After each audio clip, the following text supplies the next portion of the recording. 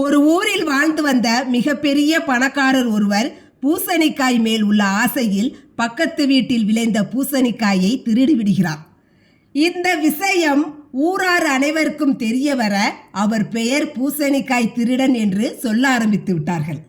அவர் வீட்டு பெயரே பூசணிக்காய் திருடர் வீடு என்று மாறிப்போனது. பல தலைமுறைகள் கழிந்தும் பெயர் மாறவில்லை. இப்பொழுது அந்த வீட்டில் அவர் பேரன் வாழ்ந்து வருகிறார். அவர் காதுபடவும் பலர் பூசணிக்காய் திருடர் வீட்டை தாண்டி சென்றால் அந்த கோவில் வரும் என்பது போல விலாசம் கொடுத்தார்கள். இதை கேட்ட அந்த பணக்காரர் தாத்தா தெரியாமல் செய்த தவறுக்காக நாம் ஏன் திருடர் பட்டத்தோடு வாழ வேண்டும் என்று எண்ணி ஒரு ஞானியை நாடி செல்கிறார். அவரிடம் நடந்ததை கூறி இதை மாற்றுவதற்கு ஆலோசனை கேட்கிறார். உன் வீட்டில் தினமும் 100 பேருக்கு சாப்பாடு போடு என்று சொல்லி அனுப்ப அவரும் போட ஆரம்பித்தார். ஒரு வாரத்தில் அவர் காதுபட கேட்டார்.